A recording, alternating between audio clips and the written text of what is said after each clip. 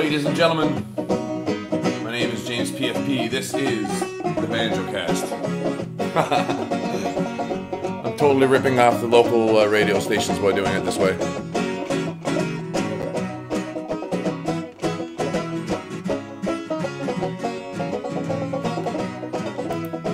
If you join in via YouTube, it's the only place you can actually join. My name is James PFP, as I just said. I'm the person who operates this channel.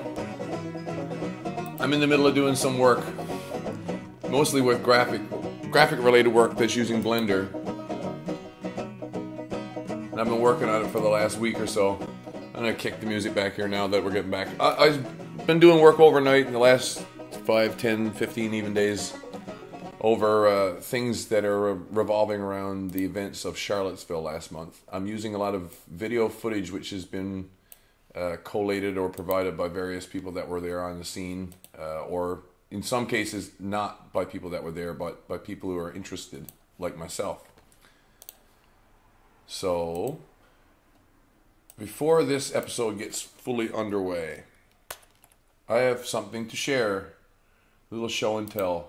This is not footage that I have compiled, but footage which I have gone looking for today because I know it'll help me prove a point or two as regards to physics. So the links for these videos are all in the description. I would encourage anyone who's seeing these videos who wants to watch them again or listen to what's being said or challenge it or figure a way around it, then by all means start with these video links. I'm not saying what these creators or even, the case of the video which is currently showing, Richard Feynman is dead. There's no way you're going to be able to take it up with him too easily. But the things that he said do stand. So let's listen to Richard Feynman for 1 second.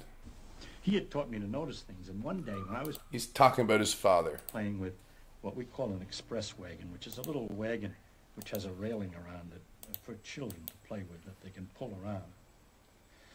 It had a ball in it. I remember this. It had a ball in it. And I pulled the wagon, and I noticed something about the way the ball moved. So I went to my father, and I said, "Say, Pop, I noticed something.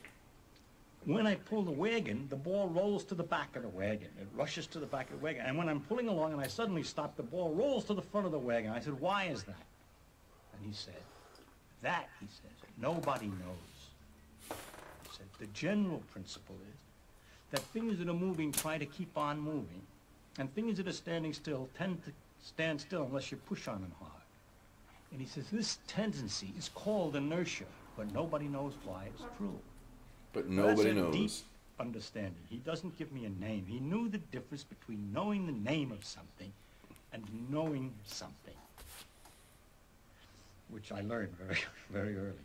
He went on to say, if you look close, you'll find the ball does not rush to the back of the wagon, but it's the back of the wagon that you're pulling against the ball, that the ball stands still, or as a matter of fact, from the friction, starts to move forward, really, and doesn't move back. So I ran back to the little wagon and set the ball up again. I didn't post it. From under it, and looking sideways and seeing indeed he was right.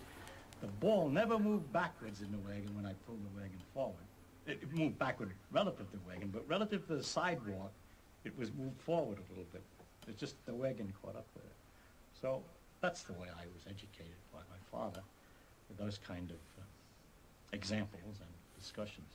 No pressure, just lovely, interesting discussion. So that's Feynman on the back, the ball in the wagon. What else do we have on YouTube though? Let's replay this one. Here we have a radio flyer wagon with a ball in it. For the purposes of demonstration, they put this board across the top. There's a line marked here, and you can use the background here to check where the ball's motion is too. This is in slow motion. Oh look.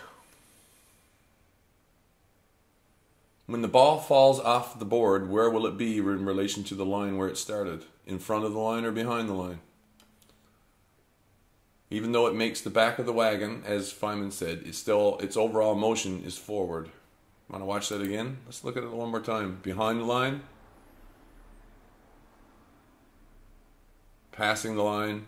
You can see the direction the ball wants to roll in too. And why? Inertia holds it still Momentum carries it forward. I can hear my phone in the background. One motion, or one moment. I'm going to put up a third video here. These 3 videos are all in my description. First of all, the best way to crash is to not crash at all. This you can do best by learning step by step on trampolines, airbags and into powder, just like we show you in every tutorial. You will still crash sometimes, and then I suggest you should try to always land on your feet, even just a little bit on 1 foot or so you can take most of the impact, then roll and slide. In the rest of the tutorial I will show you how they learn to fall in martial arts, the only sport where people actually practice crashing. Check it out. Hi, this is Jens at Stompy Tutorials. Today I'm going to teach you how to crash. That sounds ridiculous, but seriously, it's a skill. Some people can crash all day. So why did I pick this video? The reason is that crashing or falling on skis is a trick, because you need to learn to fall up the hill, not down the hill. It'll be fine, and some people like trip over or slide a little and break the collarbone. So it's totally a skill. So if you learn how to fall better, it's gonna save you probably weeks and months of recovery time of really bad crashes that can cause some proper injuries. I think I've been lucky not to hurt myself too much, because I had a couple of years of martial arts training, and I think I'm going to show you a little bit about what I learned then. In martial arts it's quite simple, the theory they have behind falling well.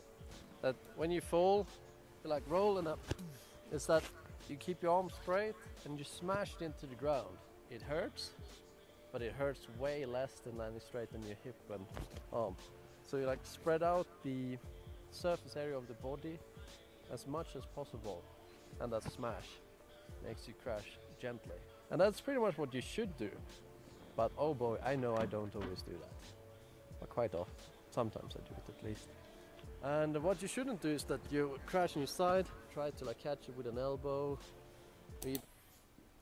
In other words, I hear it in the background again.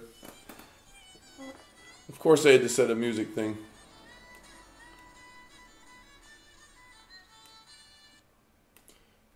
I had to set a bloody music thing for some text messages just so I would hear them. The worst, like this. Another question was whether or not the person who's on the front of the minivan driver, would they want to hold on to the vehicle when it's pushed into them? The same reason that the people try to hold themselves when they fall, and they shouldn't. It's a tendency you have to fight against or train yourself against. Arm and shoulder breaker. Yeah, shoulder breaker. Yeah, that's just crap. So, you can just start off from the beginning, like tip over, like that, smash the arm really hard. And then, once you've done it really small, you can go big. Once you've done it half big, do it even bigger, and with speed. Ah, that was great. Knocked his hat right off. The side crash. Key steps, land on your side, smash the arm, maximum surface area. Learn it both ways, since you never know where you're gonna crash. So that was the side crash. Now it comes to the shitty one. The back crash. The one that hurts. Luckily we're not snowboarders who do this all the time. We do it quite rarely on skis. But the back crash is pretty much the same. You start rolling a little, and then you smash it. Arms on the side. And smash those arms hard in the ground, so the arms take up more of the impact. What you definitely don't want to do is something like this or that, as it bends your shoulder a lot. You can break your hand, elbow, shoulder. You don't want to do that. So try to keep the arms here when you crash on your back. It's kinda, just having the arms in front of you, it's counterintuitive. It's gonna save you a lot of pain. So roll a little bit. Try. Oh! Ah! Dude, right? That was really nice. Sorry. Anyways, yeah. They forced me in martial arts to do this hundreds of times. Hundreds of times. The back crash, avoid the arms back there, try to keep them out here. Holes out to the sides, ideally. But as I mentioned, no chance you're gonna be like flying through the air head first. Ah! Oh, stomp it. Guy told me to keep my arms in front of me and smack them in the ground. You're not gonna remember that, but maybe thanks to watching this, you'll avoid an injury because it's in there deep in your brain, and maybe your body remembers it in brain too. And then, so you can crash in the side, the back, and the face. I crashed in the face at one time on my bike. All this training did nothing for me. Check this out. 10 years ago. Check this out. And it didn't go so well. I'll get new ones soon, but I'm just saying that crash was awful. Maybe you want to see it. Sorry. Check it out there. So I'm riding in on the bike, thinking, oh yeah, what a great idea to ride on the front wheel down this stone ledge. I did it 2 times before, but not enough. Oh! I turned, went diagonal across it. Look at the teeth flying there. Ah, idiot, moron. Well, anyways, what I'm saying here, do not ride your bike on the front wheel down stone ledges. But if you do, and if you have the slightest chance of saving yourself as you fly towards the face, I would recommend crashing something like this. So like when you land, you have this little this little space here to like absorb the impact. Yeah, I didn't have time to do it that time with the teeth. So I don't like crashing on my That face. time with the teeth. I don't like it, man. Alright, I'm just checking out. I hate it. Did that? Okay, let's do bigger. I thought that was a decent landing. Yeah, it's good. That felt great. The 3 fall techniques we had: side, straight arm, the back one, roll back, and the front one. Oh yeah, I almost forgot. 4th one, the often double ejector in powder. It often happens when you drop. You land, the skis sink down, just front flips you. You have And like front flips you. 0 time to do anything about it. More than just, you know, tuck in front roll. It's not that much to think about. I bet you've done it in gymnastics.